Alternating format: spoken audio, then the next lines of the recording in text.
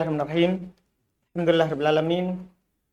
Salatu wassalamu ala rasulillah wa ala alihi wa sahbihi wa man tabi'ahum bi ihsan ila yaumiddin. Amma ba'd.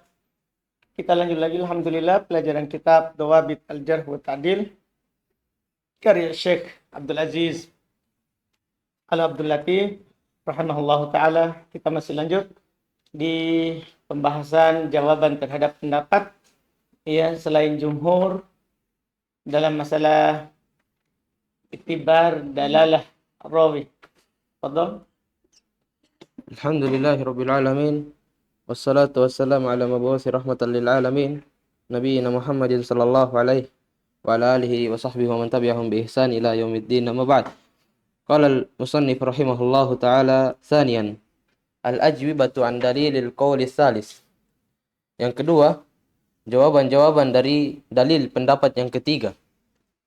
Pendapat yang ketiga. Awalan, dha'fu asanidihi. Yang pertama, lemah sanad-sanadnya. Hadits yang belum sebutkan sanadnya lemah. Ya, dari pendapat siapa itu? Yang ketiga Ibnu Abdul Bar. Yang berdalil dengan kullu hamilin li hadzal ilmi ma'ruful inaya bihi wa udulun, itu kemarin yang dia katakan. Kemudian belum berdalil dengan hadis ya hamilu hadzal ilm min kulli qalafin udulu. Hadis ini adalah hadis yang dhaif. Saniyan annahu ala fardi subutihi fahuwa khabarun bima'na al-amr wa yadullu ala dhalik. Yang kedua, bahwasanya dia tetap di atas keharusannya, maka dia itu ala fardi subuti, ini ucapan yang kedua di atas penetapan kalau dia sahih. Ya, anggaplah sahih. Kan pertama adalah dhaif. Tapi sekarang ala fardhi thubuti. Anggaplah fard dia tetap dia sahih haditsnya. Nah, maka dia adalah khabar yang bermakna amr. Jadi ini khabar, maksudnya kalimatnya adalah khabariyah, tapi maknanya apa? Insya'iyah. Tanda kan kadang itu kalimat diucapkan dalam bentuk khobariyah, paham kan? Bukan tolak, tapi maknanya adalah tolak.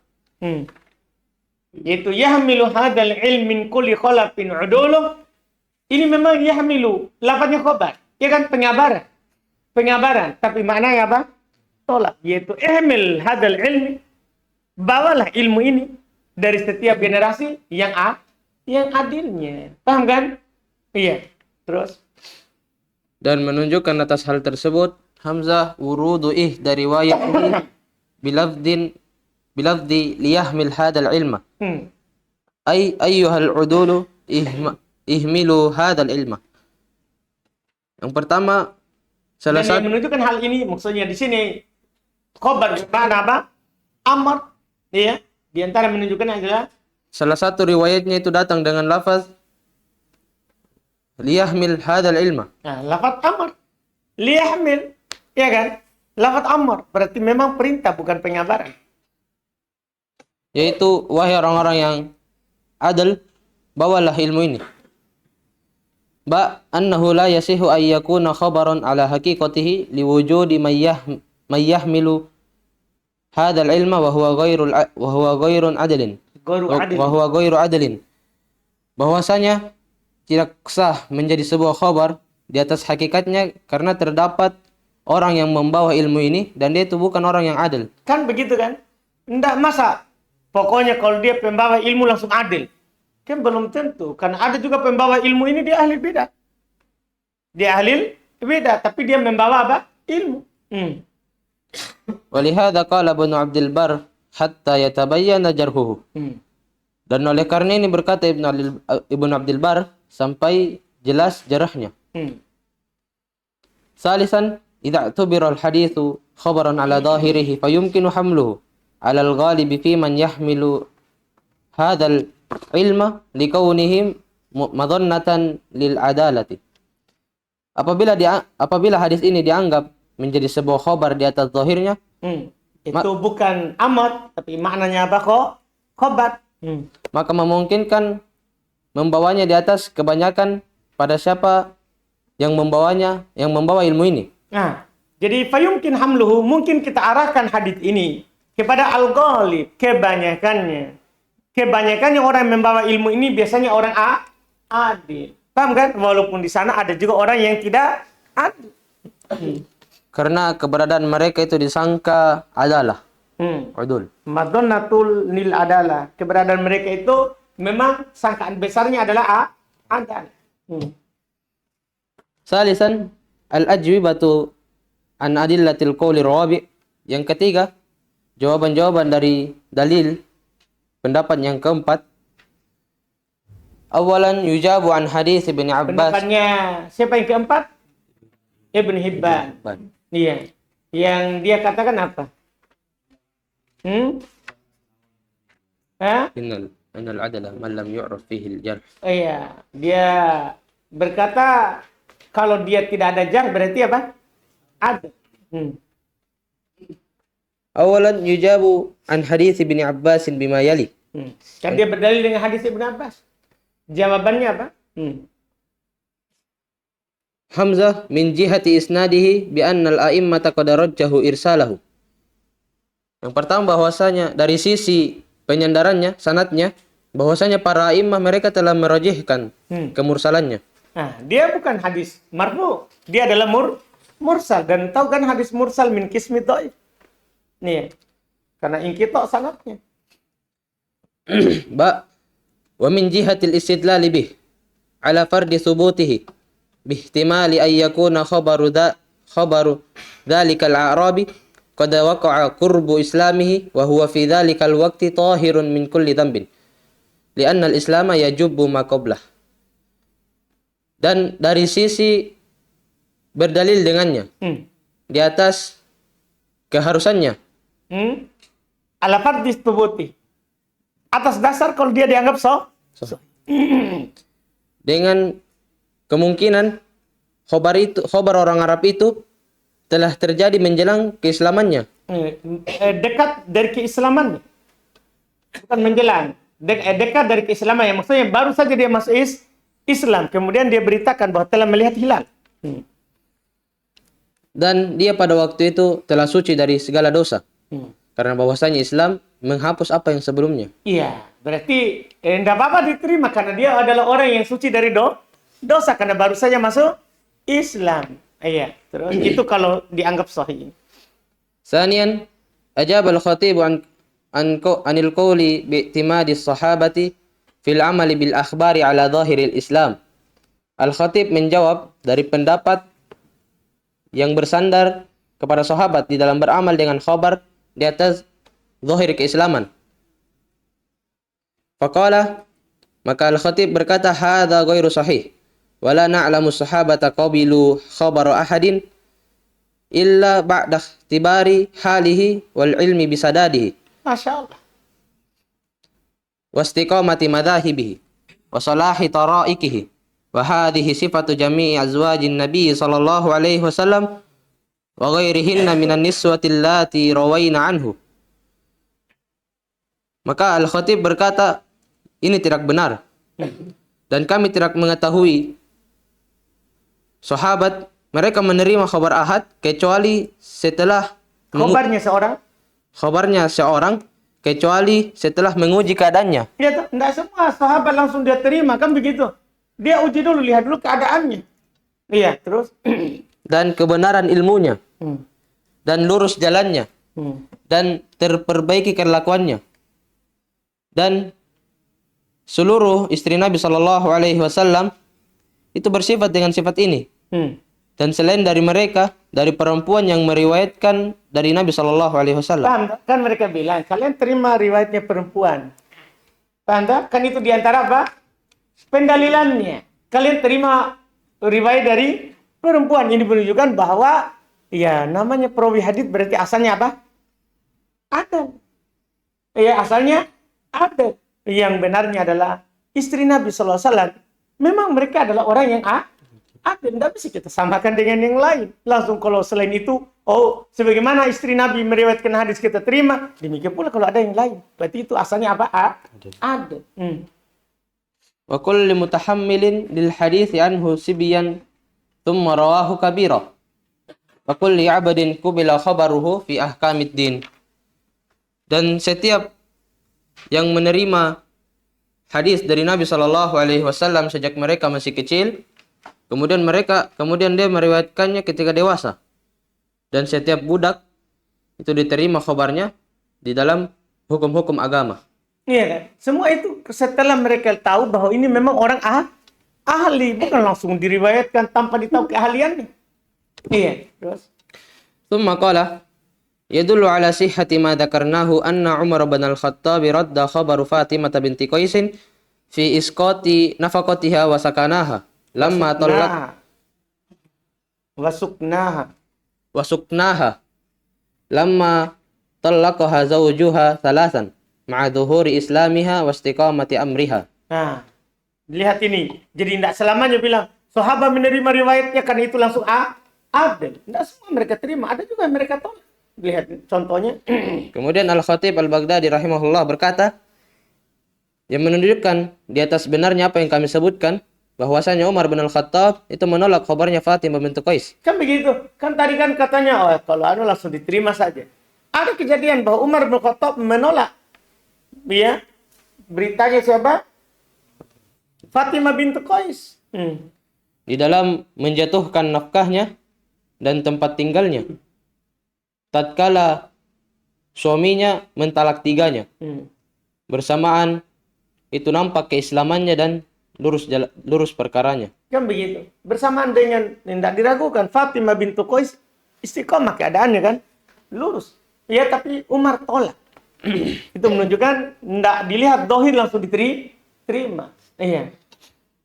Salisan wa yujabu an kauni at-taklif yukhtassu bi dhawahiril ahwali bi anna majhulal aini wa majhulul hali la yumkinu al-hukmu alayhima bi fiskin fi janibil adalati wa la bi taghfili fi janibid dhabti haitsu lam yadhhar minhuma ma yujibu dhalik. Yang ketiga, dan dijawab dari keberadaan taklif. Iya kan mereka berkata kita hendak dibebankan untuk mencari yang goib. Nah, kita kan hanya melihat apa dohir kan begitu mereka bilang. Gimana itu jawabannya?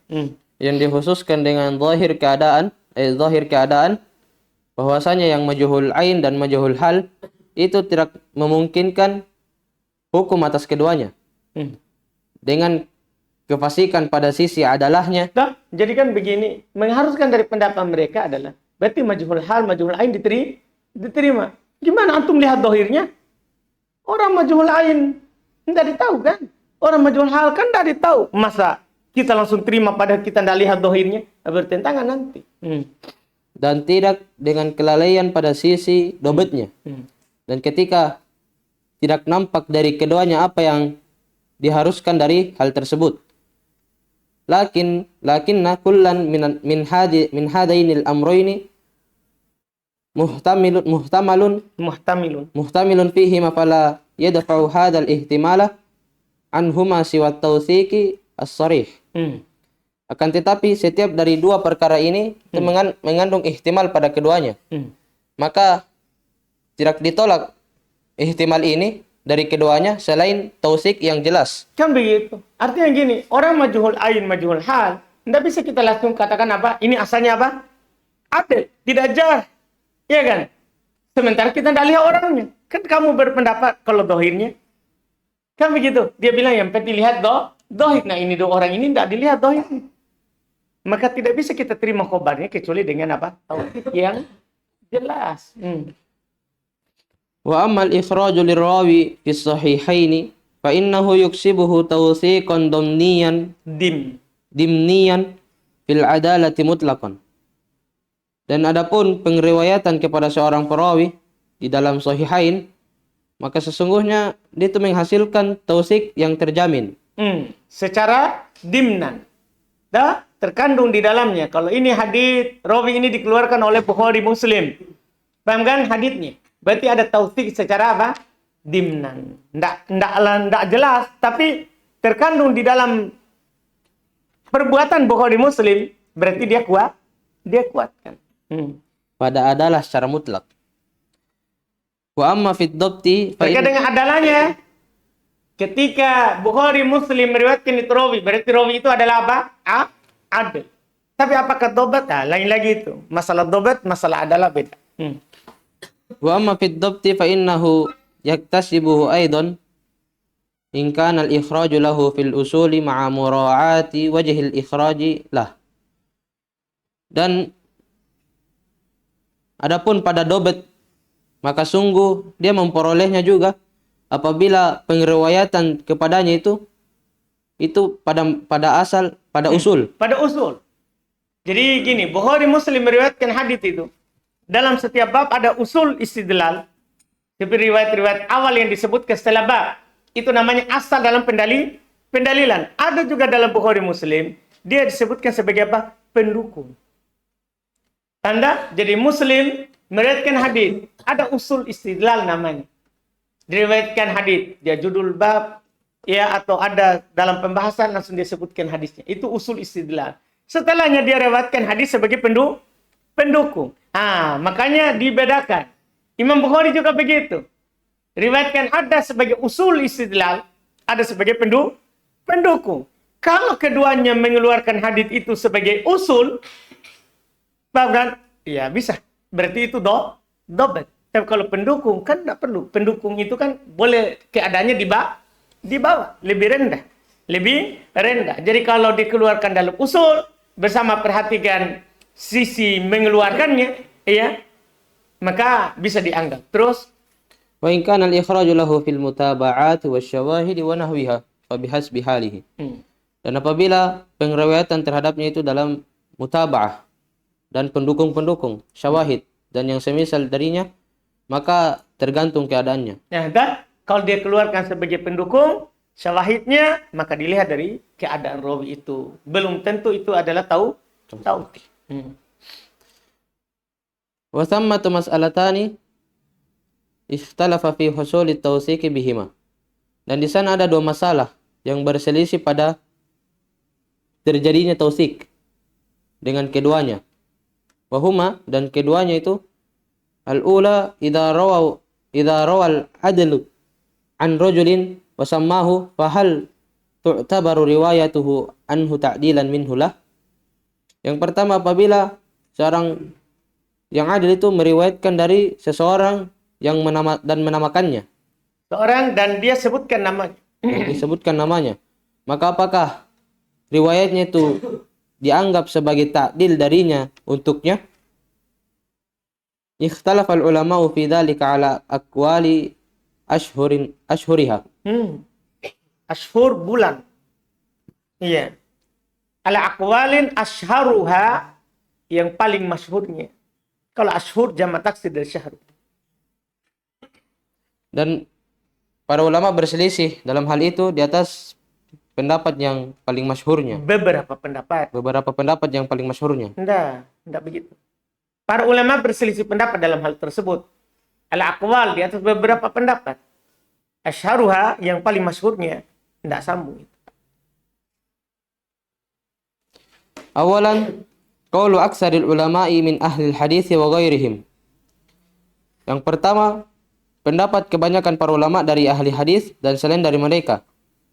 Annahu la tu'tabaru riwayatul adli ta'dilan minhu liman rawa anhu.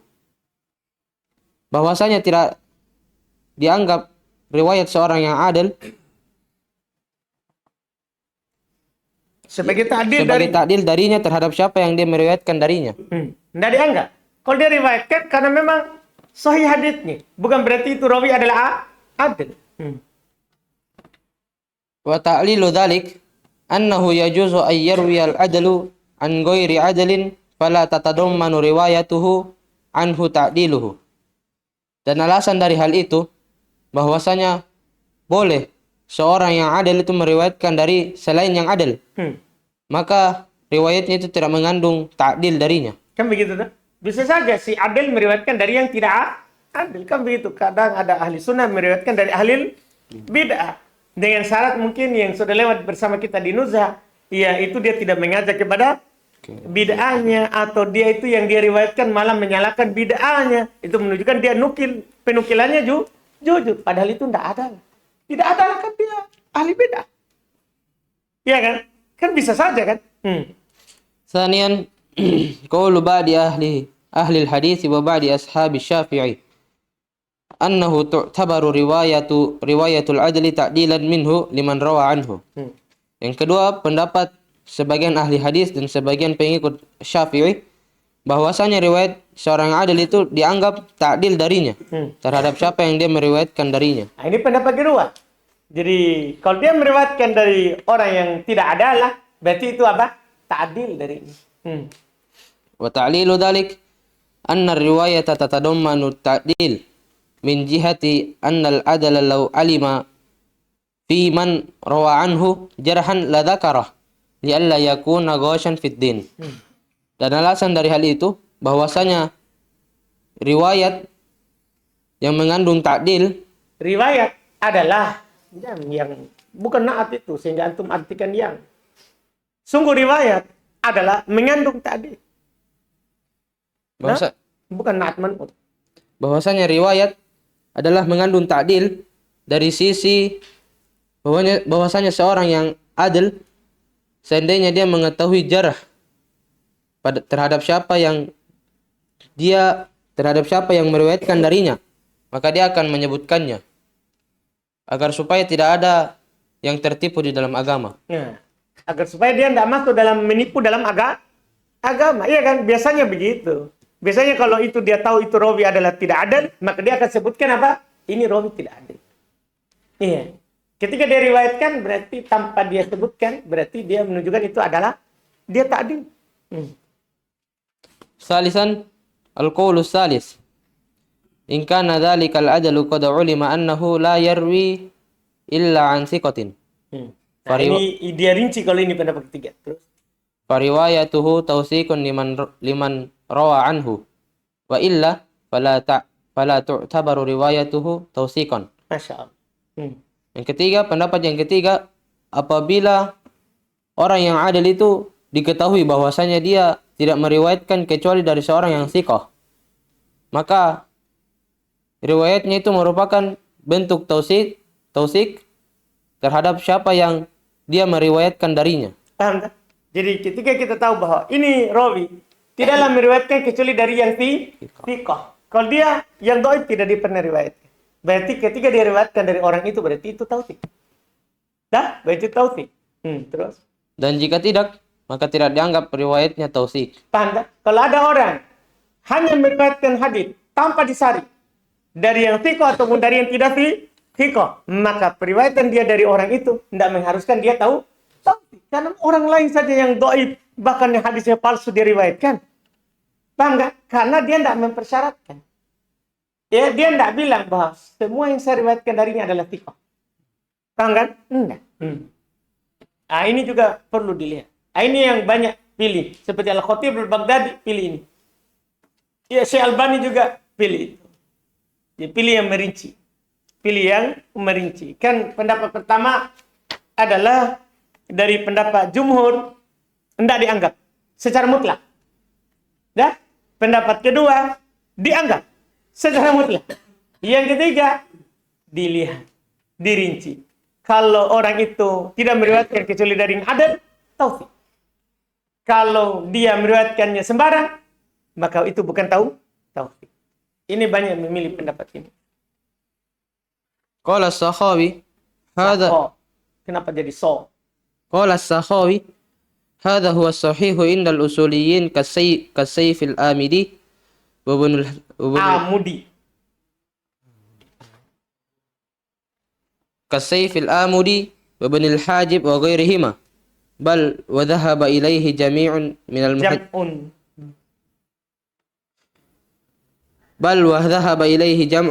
المحدثين وإليه ميل الشيخين وابن خزيمة في صحاحهم في صحاحهم والحاكم في مستدركه. Dan berkata As-Sakhawi, ini adalah pendapat yang benar. Iya, pendapat ketiga ini yang benar, yang merinci. Di sisi orang-orang usul seperti As-Saif Al-Amudi dan Ibnu Hajib dan selain dari keduanya. Bahkan sekelompok dari ahli hadis berpendapat kepadanya dan dua syekh itu condong kepadanya. Bukhari dan Muslim. Dan Ibnu Khuzaimah itu dalam membenarkan mereka. Dan Al-Hakim dalam mustadraknya. Wa qad nukishul qaul ats-tsani bi amrayn. Dan kami telah menghapus mendebati. Dan kami telah mendebati pendapat yang kedua dengan dua perkara. Huma, Kan pendapat kedua bilang apa tadi? Hah? Apa? Dianggap ta'dil. Dianggap ta'dil. Kita debati pendapat kedua dengan kan dia bilang gini, kalau seandainya dia tahu kalau dia jar, pasti dia sebutkan. Kan begitu dia bilang tuh alasannya. Apa debatan bantahan? Hamzah ihtimalu kauni rawi la ya'lamu adalatu man rawa anhu wala jarha. Bisa saja. Iya. Itu memungkinkan keberadaan sang rawi itu tidak mengetahui adalah dari orang yang dia meriwayatkan darinya dan tidak juga jarahnya. Kan bisa saja. Dia tidak ngomong begitu, dia tidak bilang karena dia tidak tahu keadaannya, iya kan? Bisa saja orang datang dengan penampilan dia nampakkan bahwa dia sungguh-sungguh, langsung dia. Kan begitu? Bisa saja. Iya, sehingga dia tidak tahu. Ba anna riwayata ta'rifu tazulu bihi jahalatul aini bi syartihi wal adalatu innama tu'rafu bil khibrati war riwayatu la tadullu ala al khibrati kama qala Abu Bakr as-Sayrafi. Yang kedua, bahwasanya suatu riwayat itu diketahui yang hilang dengannya majhul ain dengan syaratnya. Kan begitu. Riwayat itu dengan adanya meriwayatkan darinya berarti hilang majhul ain. Berarti orangnya ada. Kan ketika tidak ada yang meriwayatkannya berarti majhul ain kan. Tapi kalau ada orang yang meriwayatkannya lebih dari satu, maka hilang keadaan apa? Majhul ain. Tinggal nanti majhul apa? Hal. Dan adalah tidak lain diketahui dengan penelitian. Iya, kan beda. Beda toh? Kan baru naik dari derajat majhul ain ke majhul apa? Hal. Adalah itu majhul hal. Dari terkait dengan keadaannya. Masalah adalah itu diketahui dengan khibrah, dengan meneliti keadaannya, bukan hanya sekedar melihat. Iya. Dan riwayat tidak menunjukkan terhadap penelitian sebagaimana yang dikatakan oleh Abu Bakar as-Sayrafi. Iya kan? Ketika orang meriwayatkan darinya, tidak menunjukkan bahwa dia telah teliti keadaannya. Tidak. Dia kan hanya meriwayatkan darinya. Apa yang dia nukil. Bukan berarti kita telah teliti keadaan orang yang kita riwayatkan darinya. Jelas kan? Wa hadhanil amrani la yaridani 'ala al-qawl ats-tsalis. Li'anna ar-rawiya qad 'urifa bintiqa'i syuyukhihi. Walidzalika qala al-Hafidz Ibnu Hajar man 'urifa min halihi annahu la yarwi illa an thiqatin fa innahu idza rawa an rajulin wusifa bi kaunihi thiqatan indahu kamalik wa Syu'bah wal Qattan wa Ibni Mahdi wa ta'ifah mimman ba'dahum. Dan dua perkara ini itu tidak terdapat di atas pendapat yang ketiga. Iya, dua perkara ini la yaridani, tidak datang kritikan. Tidak ada muncul di pendapat ketiga. Karena pendapat ketiga kan memang dia rinci. Kalau orang itu tidak ditahu, dia tidak meriwayatkan kecuali dari yang thiqah, tautsik lah. Tapi kalau tidak ditahu, kita bilang apa? Bukan tautsiknya. Bukan tautsik terhadapnya. Nah ini tidak ada kritikan ini terhadap pendapat ketiga. Terus.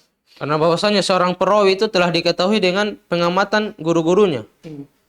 Oleh karena itu, berkata Al-Hafidz Ibnu Hajar, siapa yang diketahui dari keadaannya bahwasanya dia tidak meriwayatkan kecuali dari yang thiqah, maka sungguh apabila dia meriwayatkan dari seseorang, maka dia disifati dengan keberadaan thiqahnya. Dah, berarti dia disifati keberadaannya dengan thiqah menurutnya, iya kan? Ketika dia bilang, kita tahu ini, orang ini tidak meriwayatkan dari yang kecuali dari Tiko. Ketika dia bilang telah bercerita kepada kami si fulan, dia sebutkan nama, berarti itu Tiko. Karena kan memang keadaannya dia selalu meriwayatkan dari Tiko. Seperti Malik, Syu'bah, Al-Qattan, Ibnu Mahdi, dan sekelompok dari siapa yang setelah mereka. Dah, kan orang-orang ini tidak meriwayatkan kecuali dari yang terpercaya. Dah, berarti kalau dia meriwayatkan darinya, orang terpercaya. Wa qawluhu usifa bikaunihi thiqatan indah. La yaqtadi tawsiqar rawi illa inda dhalikal imamil ma'rufi bintiqai syuyukhi. Dan dikatakan Dan ucapannya disifati dengan keberadaan sikohnya. Tiko di sisinya. Sikoh di sisinya. Itu tidak mengharuskan tausik seorang rawi kecuali di sisi imam yang dikenal itu dengan pengamatan guru-gurunya. Nah, dengan menyaring. Yang dengan menyaring guru-gurunya. Jadi ketika beliau bilang keberadaan sisi Tiko menurutnya, ya kan? Itu menunjukkan apa? Mengharuskan tautik rawi, itu tidak mengharuskan tautik rawi kecuali di sisi imam itu yang dikenal dia menyaring siapa? Syekhnya. Iya. Wa hadhihi al-qa'idatu ghalibiyah. Yustafadu minha fi tarjihi janib at-tawsik fi haqqi rawi al-mukhtalaf fihi jarhan wa tawsiqan. Masya Allah. Dan ini kaidah yang kebanyakan. Ini kita pakai ini kaidah kebanyakan. Diambil faedah darinya? Diambil faedah darinya dalam menjerh dari sisi tausik. Merojihkan.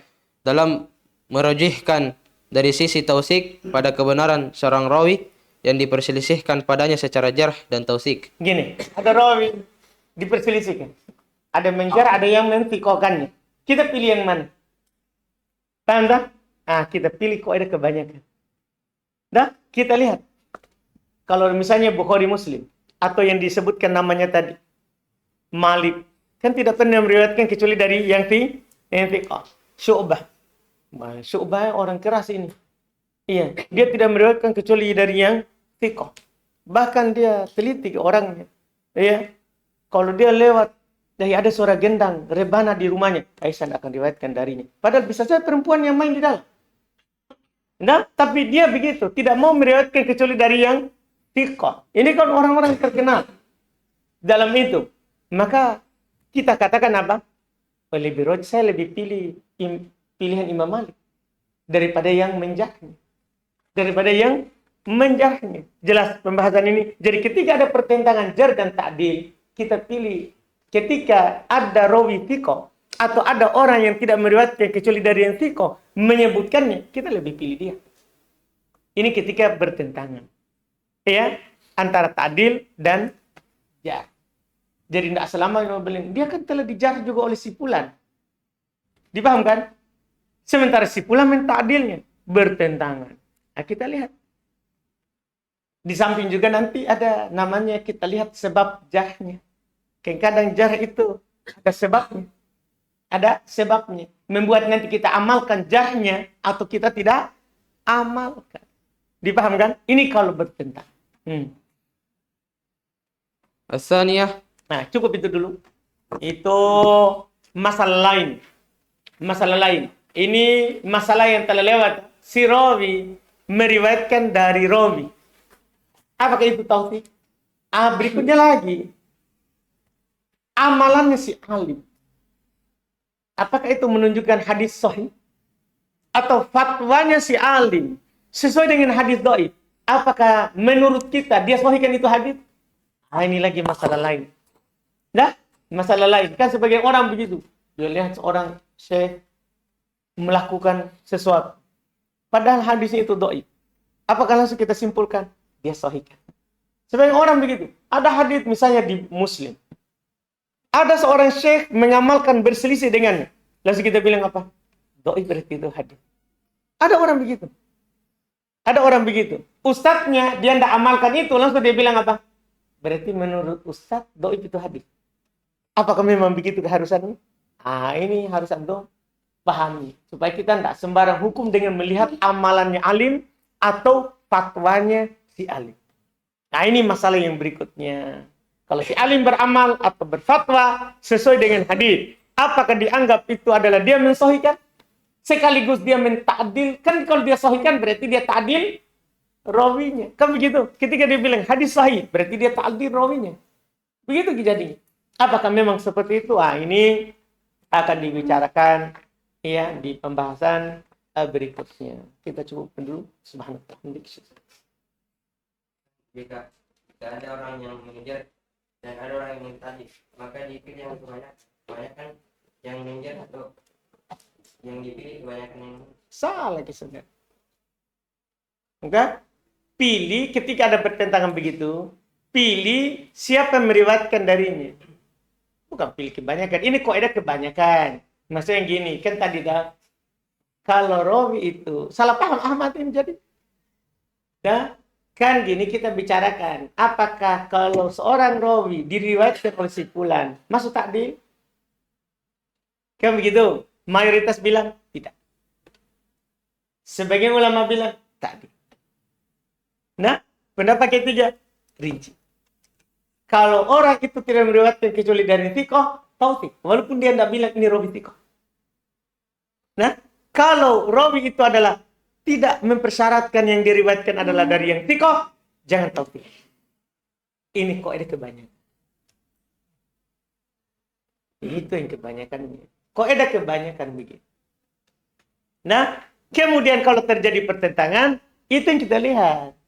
Yang memilihnya siapa ini? Ya, misalnya diperselisihkan ini hadis, ada yang mengatakan dhaif, ada yang mengatakan sahih. Ternyata ada Imam Bukhari meriwayatkan darinya. Itu kita lihat juga. Syarat Imam Bukhari tidak meriwayatkan kecuali dari yang thiqah. Itu nanti sisi tarjih namanya. Sisi tarjih. Bukan kebanyakan. Berarti itu Bapak pilih pendapat pertama atau kedua namanya. Bukan pendapat ketiga. Nah? Iya, walaupun mayoritas memilih yang pertama. Maksudnya enggak dianggap. Bukan berarti taufik terhadapnya. Itu mayoritas. Pendapat pertama.